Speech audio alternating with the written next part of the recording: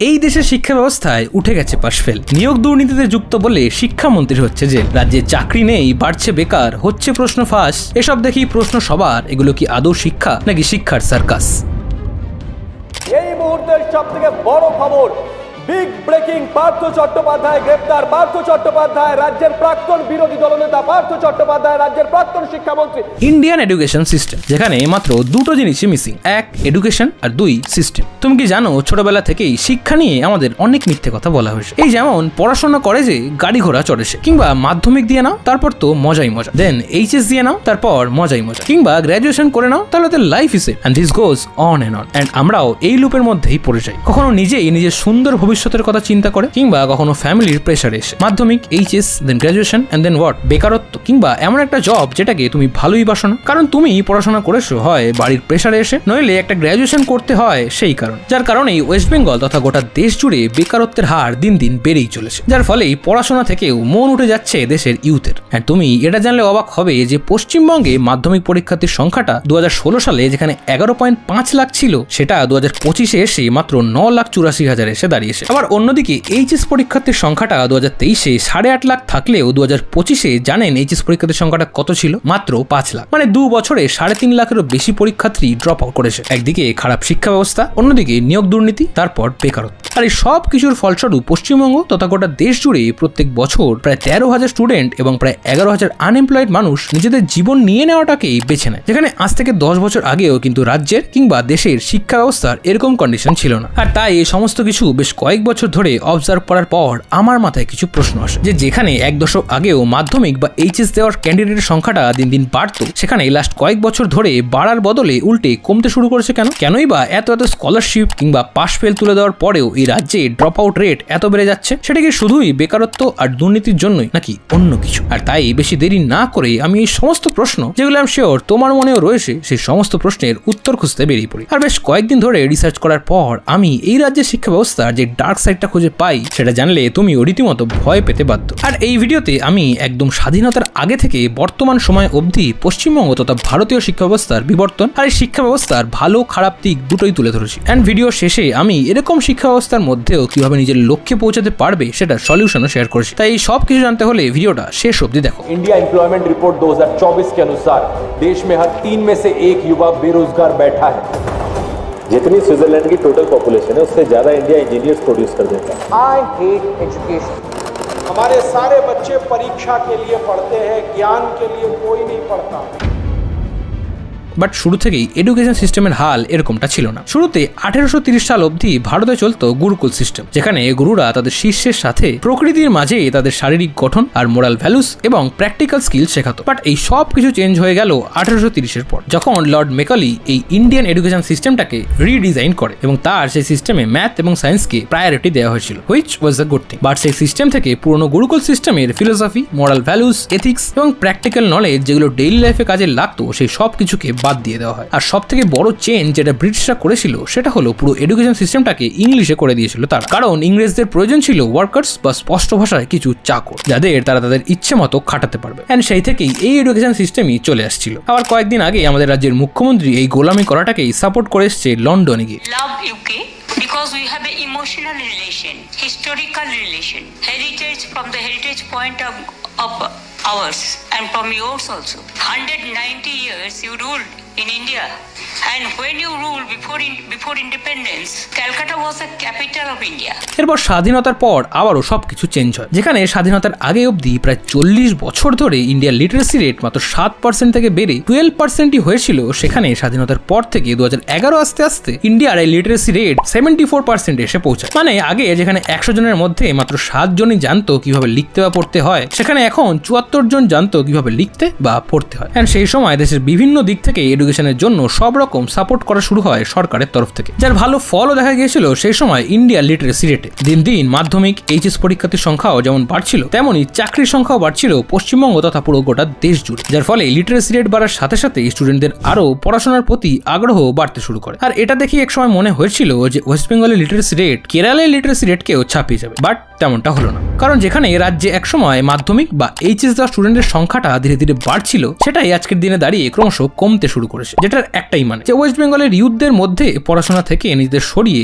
অল্প বয়সে কাজ করার প্রবণতা বেড়েই চলেছে, যার কারণে 2020-21 সালে যেখানে ওয়েস্ট বেঙ্গলের এইচএস এর পর ড্রপ আউট রেট পার্সেন্টেজ ছিল মাত্র 14%, সেখানে 2023-24 সালে এইচএস এর পর ড্রপ আউটের পার্সেন্টেজ বেড়ে দাঁড়ায় 18.75%, যেটা কিনা পুরো দেশের মধ্যে সবচেয়ে বেশি ছিল। আর তাই ওয়েস্ট বেঙ্গলের শিক্ষা ব্যবস্থার এরকম করুণ পরিণতির কারণ খুঁজতে গিয়ে যে কারণটা সবার ফার্স্ট আমার চোখে পড়ে সেটা হলো মনের মতো স্ট্রিম না বাছা। এইচএস এর পর ফ্যামিলির প্রেসার এসে কাউকে ইঞ্জিনিয়ারিং করতে হয় কিংবা কাউকে বাবা মায়ের চয়েস করা কোর্সে এনরোল করতে হয়, কারণ এইচএস এর পর স্টুডেন্টদের মধ্যে অনেকে ডিসাইড করতে পারে না যে তাদের কোন স্ট্রিম নিয়ে পড়া উচিত, যার কারণে সে 1-2 বছর কলেজ পড়ে, আর যখন দেখে যে এক্সামে সাপ্লি পাচ্ছে তাই সে সেখানে মাঝপথে পড়াশোনা ছেড়ে দিয়ে যে কোনো একটা কাজে ঢোকাকে শ্রেয় বলে মনে করে। আর অনেকেও তো পেরেন্টসদের প্রেসারে এসে কখনোই বলতে পারে না যে সে বড় হয়ে কি হতে চায় বা সে কি করতে ভালোবাসে, যেমন 3 ইডিয়টস এর এই সিনটা আমাদের সবার মনে রয়েছে। আর তাই এই সমস্যার সমাধান করতে আমি ট্রাস্ট করি কলেজ বিদ্যাকে, যে আজকের এই ভিডিওর স্পন্সর বটে। যদি তুমিও তোমার গ্র্যাজুয়েশনটা অনলাইনেই করতে চাও এন্ড অনলাইন ইউনিভার্সিটি চুজ করতে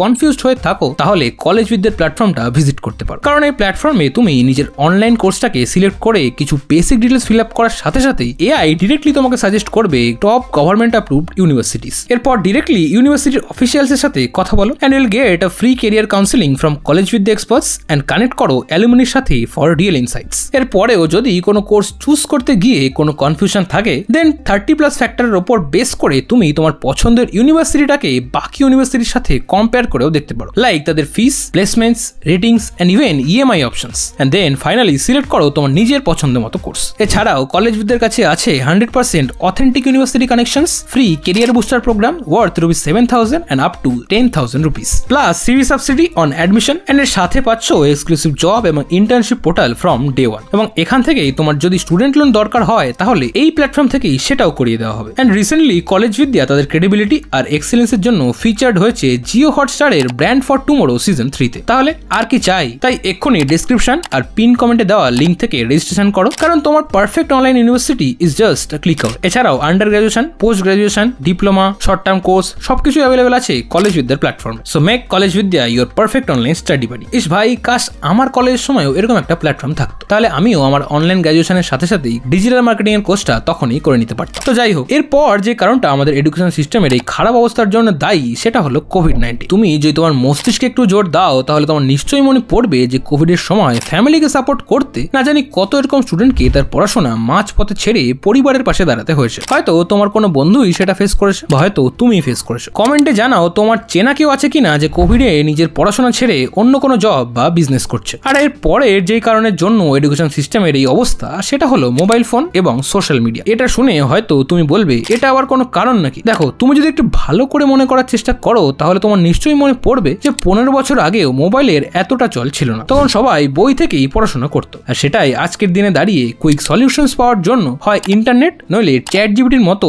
এআই টুল থেকে লিখে নিয়ে কাজ চালাচ্ছে স্টুডেন্টরা। যেখানে একসময় স্কুল কলেজের কোনো প্রজেক্টের জন্য দিনের পর দিন বা রাতের পর রাত জেগে খাটতে হতো, এখন সেই গোটা প্রজেক্টটাই একটা ক্লিকে এসে দাঁড়িয়েছে, সেখান থেকে কপি অ্যান্ড পেস্ট, যার ফলে এই খাতা ভরানো ছাড়া আর কোনোই লাভ হয় না স্টুডেন্টদের। তাছাড়া এর পাশাপাশি সোশ্যাল মিডিয়া জুড়ে স্কুল ড্রপ আউট কিংবা কলেজ ড্রপ আউট করাটাকে এত প্রমোট করা হয় যে এটা করার সময় ইনফ্লুয়েন্সাররা ভুলেই যায় যে বেসিক এডুকেশন কতটা জরুরি। এছাড়া সোশ্যাল মিডিয়া ইনফ্লুয়েন্সারদের থেকেই ইনফ্লুয়েন্সড হয়ে সোশ্যাল মিডিয়া অ্যাডিকশন বা শর্ট টাইম কন্টেন্ট এত বেশি পরিমাণে দেখার কারণে স্টুডেন্টদের মধ্যে অ্যাটেনশন স্প্যান দিন দিন কমেই চলেছে, যার কারণে তুমি খেয়াল করে দেখবে যে এখনকার দিনে বাচ্চারা এবং বড়রাও একটানা মনোযোগ দিয়ে পড়তেই পারে না। ফোনে যেই একটা মেসেজ এলো বা নোটিফিকেশন এলো অমনি অ্যাডিক্টের মতো ফোনটা দেখা শুরু হলো, এন্ড সেই যে স্ক্রোল করা শুরু হলো সেটা করতে করতে কখন যে 1 থেকে 2 ঘন্টা পেরিয়ে গেল সেটা তারা বুঝতেও পারে না। যেখানে তো আজকের দিনে দাঁড়িয়ে কিছু পেরেন্টসরা তাদের বাচ্চাদেরই কন্টেন্ট বানিয়ে ইজিলি ম্যানিপুলেট করে এবং লাখ টাকা কামিয়ে নেয়, যেমন রিসেন্টলি এই বাচ্চাটির সাথে হয়েছে। আর সব ছাড়াও বাংলার এডুকেশন সিস্টেমের এই অবস্থার অন্যতম কারণ হলো দুর্নীতি। সেটা নিয়োগ দুর্নীতি হোক কিংবা এসএসসি টেট কিংবা প্রশ্নপত্র ফাঁস কিংবা ছাত্রদের মিড ডে মিল দুর্নীতি কিংবা পাস ফেল তুলে দেওয়া। আসলে যেই রাজ্যের শিক্ষামন্ত্রী নিয়োগ দুর্নীতিতে যুক্ত থাকার কারণে গ্রেফতার হয় কিংবা যেই রাজ্যের যোগ্য চাকরি প্রার্থীরা 2000 দিনেরও বেশি দিন ধরেই ধর্নায় বসে থাকে তারপরেও কোনো বিচার পায় না, এত দিন ধরে বলে শুধু আশ্বাস আর প্রতিশ্রুতি পাওয়া গেছে, কার্যকারিতা কিছুই হয়নি। আমাদের জীবনটাকে শেষ করে দেওয়া হয়েছে।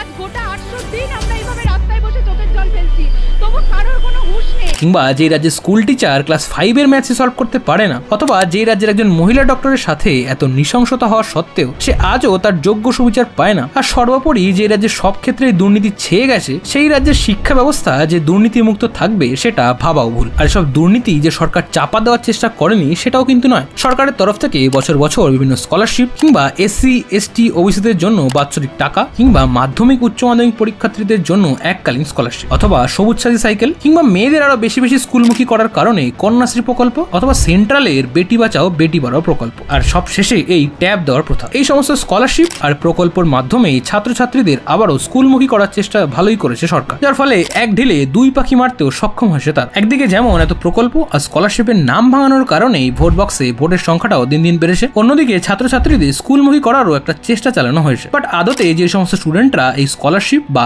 প্রকল্পের জন্য স্কুল বা কলেজে ভর্তি হয়েছিল, তারা শুধুমাত্র স্কলারশিপের টাকার জন্যই পড়াশোনা করেছে, তাতে লাভের লাভ কিছুই হয়নি। উল্টে সো কল্ড শিক্ষিত বেকারদের সংখ্যাটাই দিন দিন বেড়েই চলেছে, কারণ পাস তো সবাই করছে, কিন্তু জবের জন্য যে স্কিলটা দরকার সেটা স্কুল বা কলেজে শেখানোই হয় না। আর তাই যদি তুমি আমাকে বলো যে তাহলে এখন এসবের সলিউশন কি, তাহলে আমার মতে সলিউশন হলো স্টুডেন্ট আর তার পেরেন্টস। কারণ পেরেন্টসরা যেমন তাদের ছেলে মেয়েদের জন্য ভালো চেয়ে একটা ক্যারিয়ার পাথ চুজ করতে বলে, ঠিক সেই সময় তাদের ছেলে মেয়েদেরও কোন বিষয়ে বেশি ইন্টারেস্ট বা কোন বিষয়কে তারা ভালোবাসে সেটাও জেনে নেওয়া দরকার, যার ফলে পরবর্তীকালে হায়ার স্টাডিজ বা জবের সময় তারা জলদি বার্ন আউট হবে না। আর দেখো, তুমি যতই বলো বা যা ইচ্ছা করো, এতদিন ধরে চলে আসা এই সিস্টেম বা স্কুলের সাবজেক্টকে তুমি রাতারাতি চেঞ্জ করতে পারবে না। যেখানে স্কুলে শেখানো 99% বিদ্যা ডেইলি লাইফে বা তোমার কেরিয়ারে কোনো প্রয়োজনই হয় না। তাই স্কুলের এই পুঁথিগত শিক্ষার পাশাপাশি ইন্ডাস্ট্রি বা জবের জন্য প্রয়োজনীয় স্কিল শেখাটাতে ফোকাস করো, আর সেটা করার জন্য গ্র্যাজুয়েশন কমপ্লিট হওয়ার অপেক্ষা করো না, দুটোই একসাথে করতে থাকো। কি তাহলে বুঝলে তো? মানে ফার্স্ট একটা সাবজেক্ট চুজ করো যেটায় তুমি ভালো কিংবা যেটাতে তোমার খুব ইন্টারেস্ট রয়েছে, দেন সেটার উপর কাজ করা শুরু করো। আর এই বিষয়ে যদি কোনো এক্সপার্টের হেল্প লাগে তাহলে